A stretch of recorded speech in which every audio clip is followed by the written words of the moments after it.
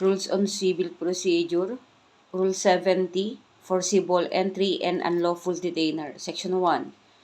Who may institute proceedings and when? Subject to the provisions of the next succeeding section, a person deprived of the possession of any land or building by force, intimidation, threat, strategy, or stealth, or a lessor, vendor, vendee, or other person against whom the possession of any land or building is unlawfully withheld after the expiration or termination of the right to hold possession by virtue of any contract, express or implied, or the legal representatives or assigns of any such lessor, vendor, vendee, or other persons may, at any time, within 1 year after such unlawful deprivation or withholding of possession, bring an action in the proper municipal trial court against the person or persons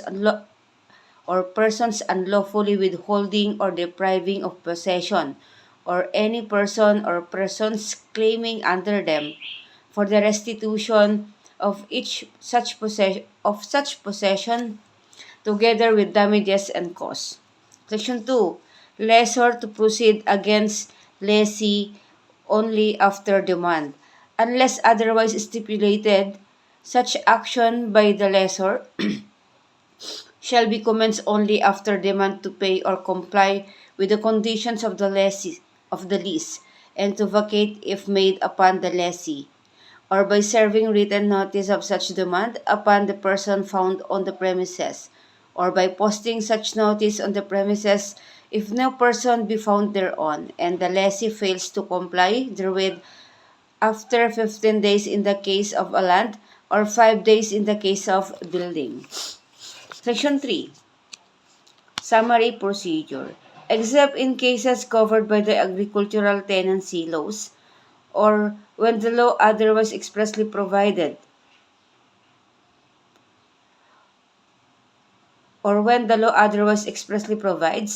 all actions for forcible entry and unlawful detainer, irrespective of the amount of damages or unpaid rentals sought to be recovered, shall be governed by the summary procedure hereunder provided. Section 4. Pleadings allowed. The only pleadings allowed to be filed are the complaint, compulsory counterclaim, and cross-claim pleaded in the answer, and the answers thereto. All pleadings shall be verified. Section 5. Action on complaint. The court may, from an examination of allegations in the complaint and such evidence as may be attached thereto, dismiss the case outright on any of the grounds for the dismissal of a civil action which are apparent therein. If no ground for dismissal is found, it shall forthwith issue summons. Section 6. Answer. Within 10 days from the service of summons, the defendant shall file his answer to the complaint and serves a copy thereof on the plaintiff. Affirmative and negative defense does not pleaded therein shall be deemed waived except lack of jurisdiction over the subject matter. Cross-claim and compulsory counterclaims not asserted in the answer shall be considered barred. The answer to counterclaims or cross-claim shall be served and filed within 10 days from service of the answer in which they are pleaded. Section 7. Effect of failure to answer. Should the defendant fail to answer the complaint within the period above provided, the court motu proprio on motion of the plaintiff shall render judgment as may be warranted by the facts alleged in the complaint and limited to what is prayed for therein. The court may, in its discretion, reduce the amount of damages and attorney's fees claimed for being excessive or otherwise unconscionable, without prejudice to the applicability of Section 3, letter C, Rule 9, if there are two or more defendants. Section 8. preliminary conference, appearance of parties.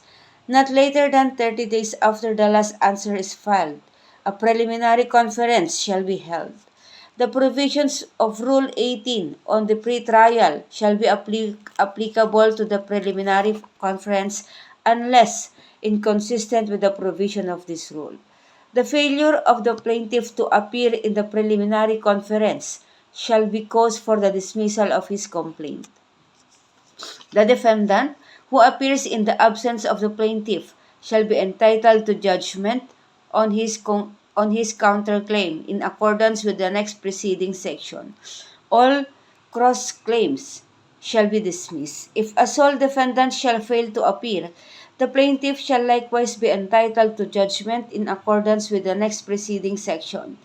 This procedure shall not apply where one of the two or more defendants sued under a common cause of action who had pleaded a common defense shall appear at the preliminary conference.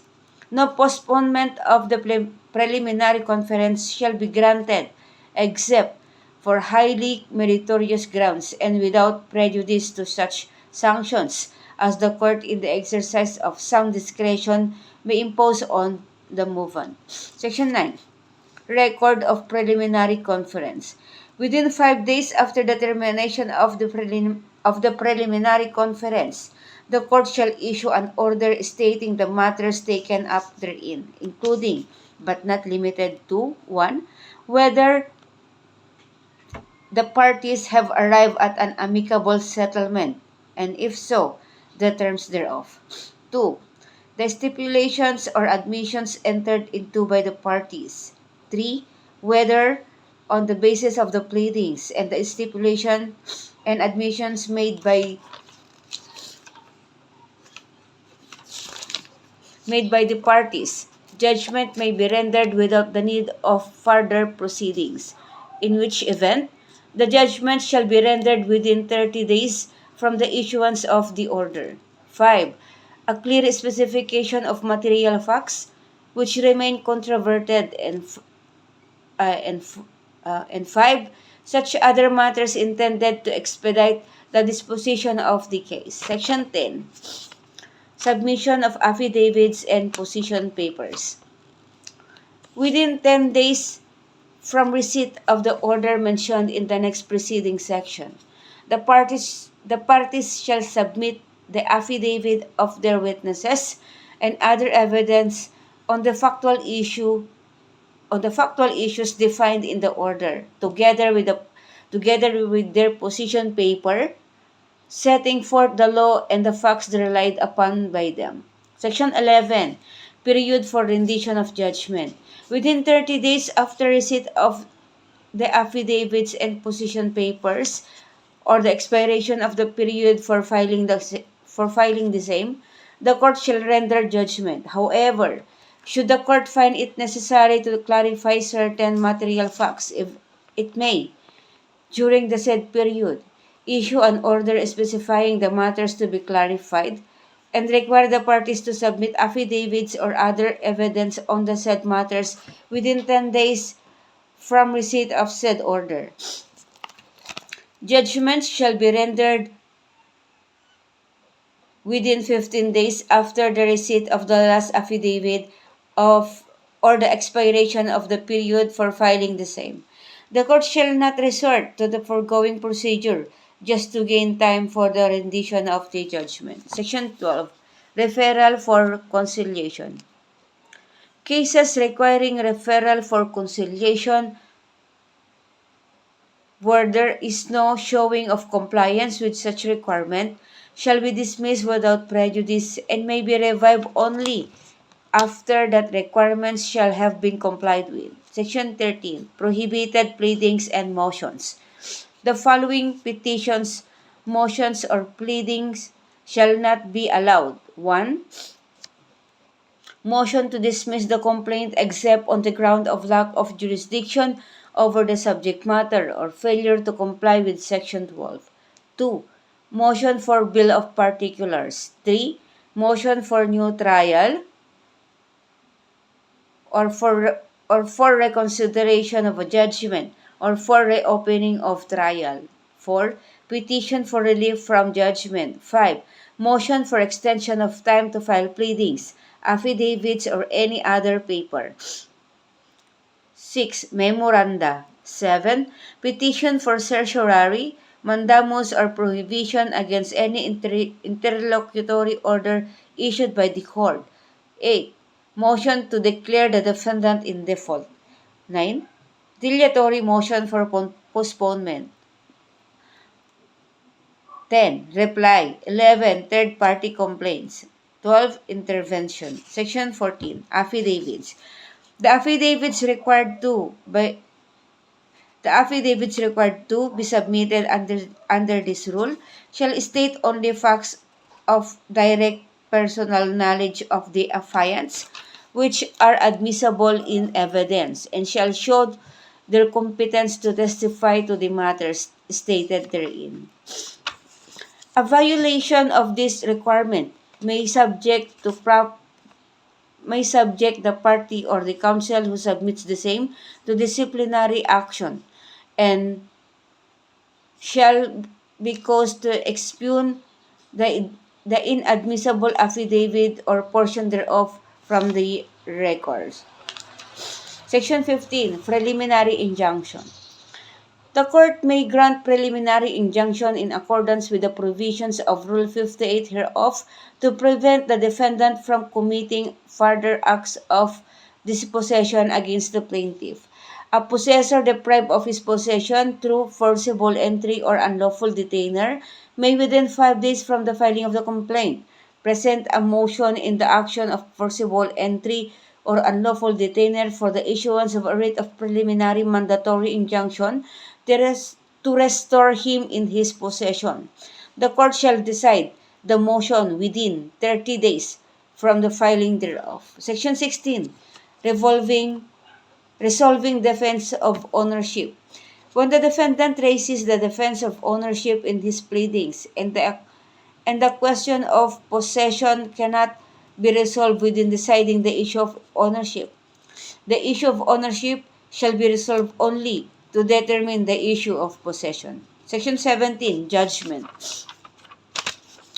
If after trial, the court finds that the allegations of the complaint are true, it shall render judgment in favor of the plaintiff for the restitution of the premises, the sum justly due as arrears of rent or as reasonable compensation for the use in occupation of the premises, attorney's fees and costs. If it finds that said allegations are not true, it shall render judgment for the defendant to recover his costs.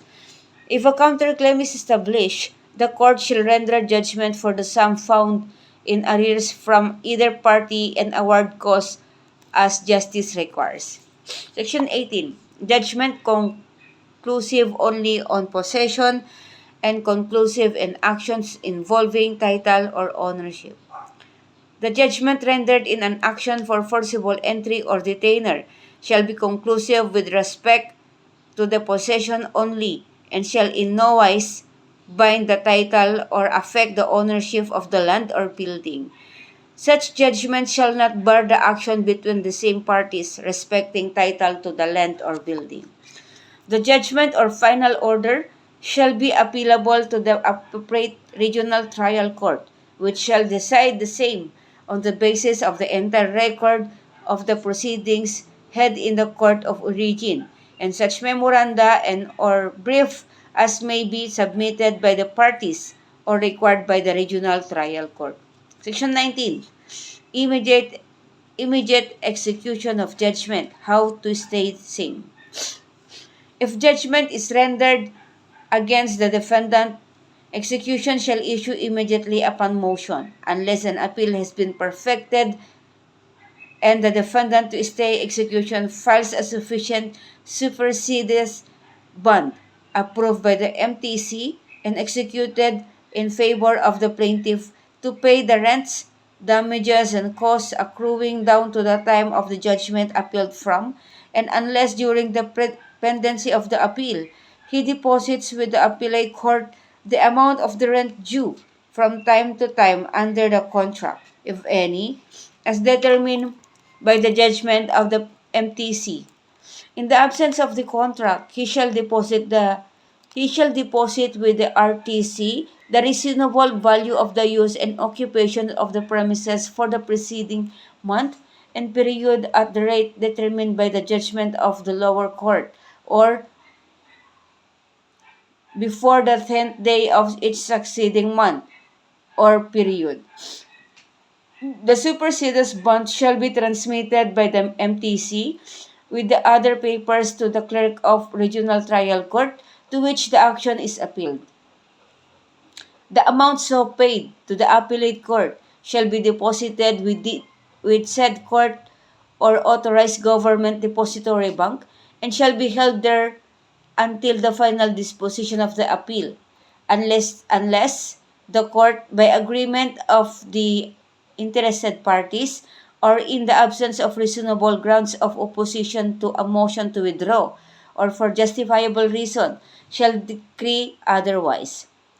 Should the defendant fail to make the payments above prescribed from time to time during the pendency of the appeal, the appellate court, upon motion of the plaintiff, and upon proof of such failure, shall order the execution of the judgment appealed from, with respect to the restoration of possession, but such execution shall not be a bar to the appeal taking its course until the final disposition thereof on the merits.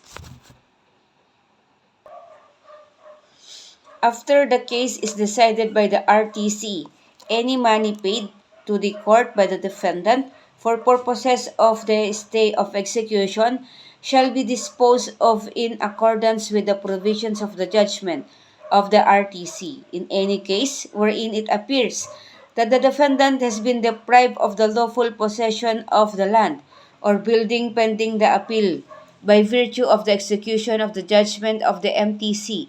Damages for such deprivation of possession and restoration of possession may be allowed the defendant in the judgment of the RTC disposing of the appeal. Section 20.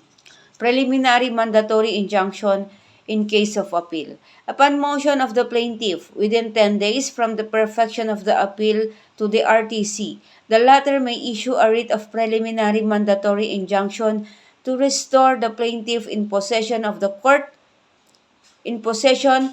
the court is satisfied that the defendant's appeal is frivolous or dilatory, or that the appeal of the plaintiff is prima facie meritorious. Section 21. Immediate execution on appeal to Court of Appeals or Supreme Court. The judgment of the Regional Trial Court against the defendant shall be immediately executory without prejudice to a further appeal that may be taken therefrom.